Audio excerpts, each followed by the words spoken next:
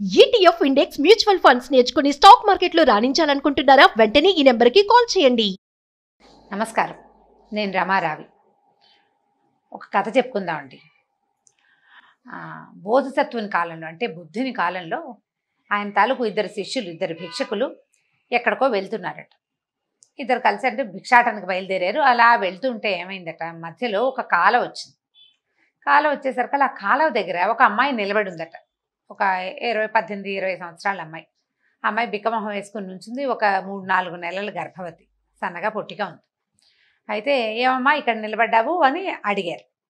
ఏదో మాట వరుసకి అడిగితే, నేను ఇది దాటలేకపోతున్నాను, నాకు భయంగా ఉంది, చాలాసేపటి నుంచి నుంచున్నాను, నన్ను మీ ఇద్దరిలో ఎవరైనా ఒకళ్ళు ఎత్తుకుని ఈ నది కాస్త కాలవ దాటిస్తారా బాబు అని అడిగిందట. అడిగేసరికల్లా ఒక శిష్యుడు, ఇంకా నయం, ఆడాళ్ళు ముట్టుకోకూడదు మేము, అబ్బాయి అది పనికిరాదన్నాడు. రెండో శిష్యుడు, అలాగేనమ్మా, దానికేం భాగ్యం, జాగ్రత్తగా పట్టుకున్నాను అని చెప్పి ఆ అమ్మాయిని ఎత్తుకున్నాడు. ఎత్తుకుని అవతలకి తీసుకెళ్ళాడు. ఎంత, ఒక 8-10 అడుగుల మేర, అంత మేర నడవటం.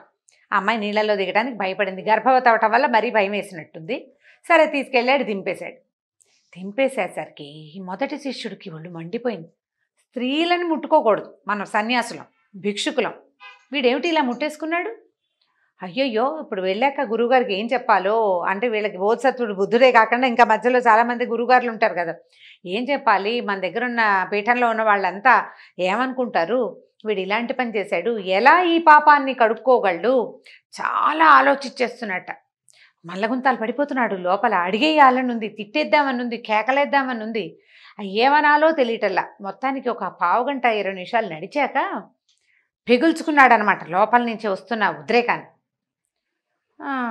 అదేమిటి భిక్షు అలా చేసావు, అమ్మాయిని ముట్టుకున్నావు, అమ్మాయిని ఎత్తుకున్నావు, నువ్వు అలా ఎలా చేయగలిగావు, ఈ పాపరక్షాలను ఎలా చేసుకుంటావు నువ్వు అని అడిగాడు.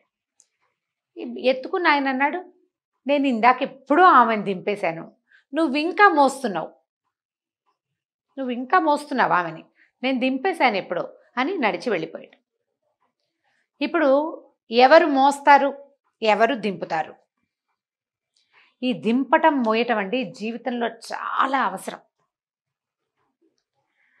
ఏ సంఘటననైనా, ఏ విషయాన్నైనా మోస్తూ ఉండేవాడు. చూసింది కూడా మోస్తారు కొంతమంది. వీళ్ళు ఎలా అవుతారంటే కాడెద్దులు లాగా అవుతారు, బరువులు మోసే ఎద్దులాగా, లేకపోతే ఇంకేమంటారు, లోడ్ బ్యారియర్స్ లాగా మోతలు మోసుకుంటూ ఉంటారు. ఈ మోసే వాళ్ళకి నడక గబగబా వెళ్ళదండి. మోసే వాళ్ళ జీవితం స్పీడ్గా ఉండదు, తప్ప నడక నడుస్తుంది, నిదానంగా నడుస్తుంది, కాలం కదలదు, మోతలు ఎక్కువైపోతాయి. అసలు మోసే గుణం గనక ఉంటే అందరినీ మోస్తాం, అన్నిటినీ మోస్తూ ఉంటాం. ఈ మోయడం అంటే ఏమిటి అనేది ఒక క్లియర్గా మాట్లాడుకుందాం మనం.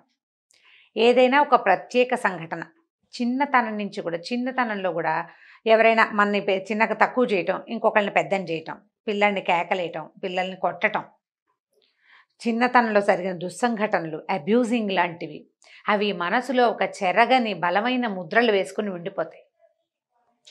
వ్యక్తులు వాళ్ళు మనల్ని ఇబ్బంది పెట్టడం, మనం ఇబ్బంది పడితే ఈ పాత సిచ్యువేషన్ తోటే ప్రతిదానిని పోల్చుకుంటూ నడుస్తూ ఉంటాం.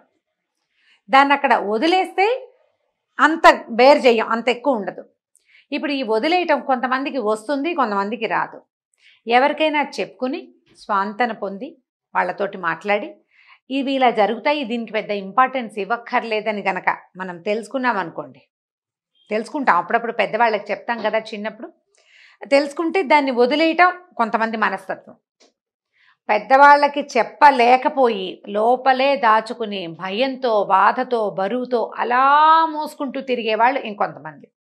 చిన్నతనం కాబట్టి తెలియదు చిన్నతనం. ఇప్పుడు పెద్దవాళ్ళు అయ్యాక కూడా వ్యక్తుల్ని మోస్తుంటారు. ఏదైనా ఒక చిన్న అవమానకరమైన సంఘటన, ఏదైనా అవతల వాళ్ళు మనని హర్ట్ చేయటము, మనని ఇబ్బంది పెట్టడము, వ్యక్తుల వల్ల, ఒకళ్ళ వల్ల కాకుండా 2-3 ఒకే రకంగా మనతోటి బ్యాడ్ బిహేవియర్ చేయటము, ఇబ్బంది పెట్టడం అని. ఇక దాన్ని మర్చిపోలేక ఎంతసేపు తవ్వటం, దాని మీదే మాట్లాడటం, దాని గురించే ఆలోచించటం, ఇవన్నీ కూడా ఈ డిప్రెసివ్ లక్షణాల్లో భాగాలే. మొట్టమొదట బరువుని మోయటం మానేయాలి. ఇప్పుడు నాకే ఒకళ్ళకి చిన్నతనంలో ఎవరో ఒకళ్ళు మనం వినేవాళ్ళ సంగతి చెప్తున్నాను. నేనంటే నేనని కాదు, వినేటప్పుడు ఈ సంగతి వింటున్నప్పుడు చిన్నప్పుడు ఒక బ్యాడ్ ఇన్సిడెంట్ జరిగిందండి, నేను దాన్ని మర్చిపోలేకపోతున్నాను అని చెప్తారు. మర్చిపోవటానికి మన దగ్గర ఒక మంచి మెథడ్ ఉందండి. చిన్నప్పటి దుస్సంఘటనని ఎవరి దగ్గరైనా చెప్పండి, ఏం పర్వాలేదు, అప్పుడెప్పుడో జరిగింది కదా, చెప్పండి. చెప్పి ఆ చెప్పటం కూడా వాళ్ళు మనకి క్లోజ్ వాళ్ళు లేకపోతే ఇంకోటో వీళ్ళు తీసుకెళ్ళి ఇంకొకళ్ళకి చెప్తారో అలాంటి వాళ్ళకి కాదు, ఓపెన్గా మీరు ఎవరి దగ్గర మాట్లాడగలరో వాళ్ళు. బాగుందా? ఇప్పుడు ఓపెన్గా మాట్లాడడానికి మనకు ఎవ్వరూ దొరకల, మనతోటి మనం కూడా మాట్లాడుకోవచ్చు. ఇంట్లో ఎవరు లేనప్పుడు, ఖాళీగా ఉన్నప్పుడు చక్కగా స్నానం చేసి ఫ్రెష్గా అద్దం దగ్గర కూర్చోండి. ఇది పెద్ద అద్దం కావక్కర్లా, చిన్న అద్దమైన జరిగిన దాన్ని రీడ్ అలౌడ్ లాగా సే అలౌడ్ పైకి చెప్పండి. అప్పుడు ఏం జరిగింది, ఎవరు మనని ఏం చేశారు చెప్తుంటే దుఃఖం వచ్చేస్తుంటుంది, లోపల నుంచి ఏడుపు వచ్చేస్తుంది, భయం వేస్తుంది, టెన్షన్ వచ్చేస్తుంది. కాకపోతే ఎవరు లేరు కదా, ఎవరు లేరు కాబట్టి మనమే ఎంత ఏడవగలిగితే అంత ఏడ్చేయండి. మీకు మీరే చెప్పుకుంటున్నారు. బాగా ఎంతసేపు దుఃఖం వస్తే అంతసేపు దుఃఖించండి, సగం బరువు తీరిపోతుంది. ఈ దుస్సంఘటనలని ఇబ్బంది పెట్టే వాటిని చెప్పటం కానీ రాయడం కానీ చాలా ఈజీగా రిలీవ్ అవ్వడానికి ఉపయోగపడతాయి. మర్చిపోండి అని చెప్తామనుకోండి, ఎలా మర్చిపోతారు? చెప్పడం సులువు కాదు, చాలా సులువు చెప్పడం, కానీ చేసేటప్పుడు కష్టం కదా. ఎలా మర్చిపోతాం? గుచ్చుకుంటూ ఉంటుంది లోపల, శరీరానికి ఏముందో చిన్న దెబ్బ తగిలితే హీల్ అయిపోతుంది, కానీ మనసు గాయాలు హీల్ అవ్వవు కదా. దాన్ని హీల్ చేయాలంటే మనం జీవితం మీద ఆసక్తిని కలిగి ఉండాలి, జీవితంలో ముందుకెళ్ళాలి. ఈ వెనక బరువుని మోసుకుంటూ నేను వెళ్ళలేకపోతున్నాను అని తెలుసుకోవాలి. మనం అర్థం చేసుకోవాలి. మన పురాతనమైన సంఘటన వల్ల, పాత వ్యవహారాల వల్ల, పాత ఇబ్బందుల వల్ల మనం ఇప్పుడున్న భవిష్యత్తులో ఈరోజు ఉన్న మంచి విషయాన్ని కూడా గ్రహించలేకపోతుంటే ఇప్పుడున్న ఎసెన్స్ అంతా పాడైపోతుంది కదా. లైఫ్ వాసన లేని పువ్వులాగా అయిపోతుంది. జీవితం మనకి కొత్త కొత్త ఎక్సైట్మెంట్స్ ఇస్తుందండి. పాత బరువుని మోసేవాడు కొత్త ఎక్సైట్మెంట్ని తీసుకోలేరు. మీ మెడ వంగిపోయి ఉంటుంది, నడుము వంగిపోయి ఉంటుంది, తలకాయ మెడ కిందకి వంచేసుకుని నడుము కూడా వంగిపోయి నేలకి దిగిపోయిన వాడు బయట కనపడుతున్న రంగురంగుల ప్రపంచాన్ని ఎలా చూడగలుగుతారు? చూడలేకపోతాం. దాన్ని చూసేందుకు ప్రయత్నం చేయాలని భావించేవాళ్ళు ఈ వంగిన నడుముని మెడని నిటారుగా చేయటానికి ప్రయత్నం చేయండి. మీలో మీరు ఎవరిదైనా సహాయం తీసుకోగలిగారా? Well and good. లేదా మీకు మీరు సహాయకారిగా ఉండండి. మొట్టమొదట మనని మనం ప్రేమించుకోవాలి. నేను చాలా కష్టపడుతున్నాను, నాకు ఎంత పని అయిపోయిందో అని సెల్ఫ్ పిటీకి లోన్ అవ్వద్దు. నేను బతకాలి, నేను హాయిగా ఉండాలంటే నా నెత్తి మీద ఉన్న బరువుల్ని నేను వదిలించుకోవాలి. వ్యక్తులని మోయొద్దు, సంఘటనలని మోయొద్దు, గతాన్ని మొయ్యకండి. తప్పదు, మనతో పాటే ఉంటుంది. మన నీడలాగా మన గతాలు అవి మనని వెన్నాడకుండా ఉండవు. వదిలించుకునే ప్రయత్నం చేస్తే మనం జీవితంలో మార్పును సాధిస్తాం, ముందుకెళ్ళగలుగుతాం. దానికి ఇవి బాగా యూజ్ అవుతాయి.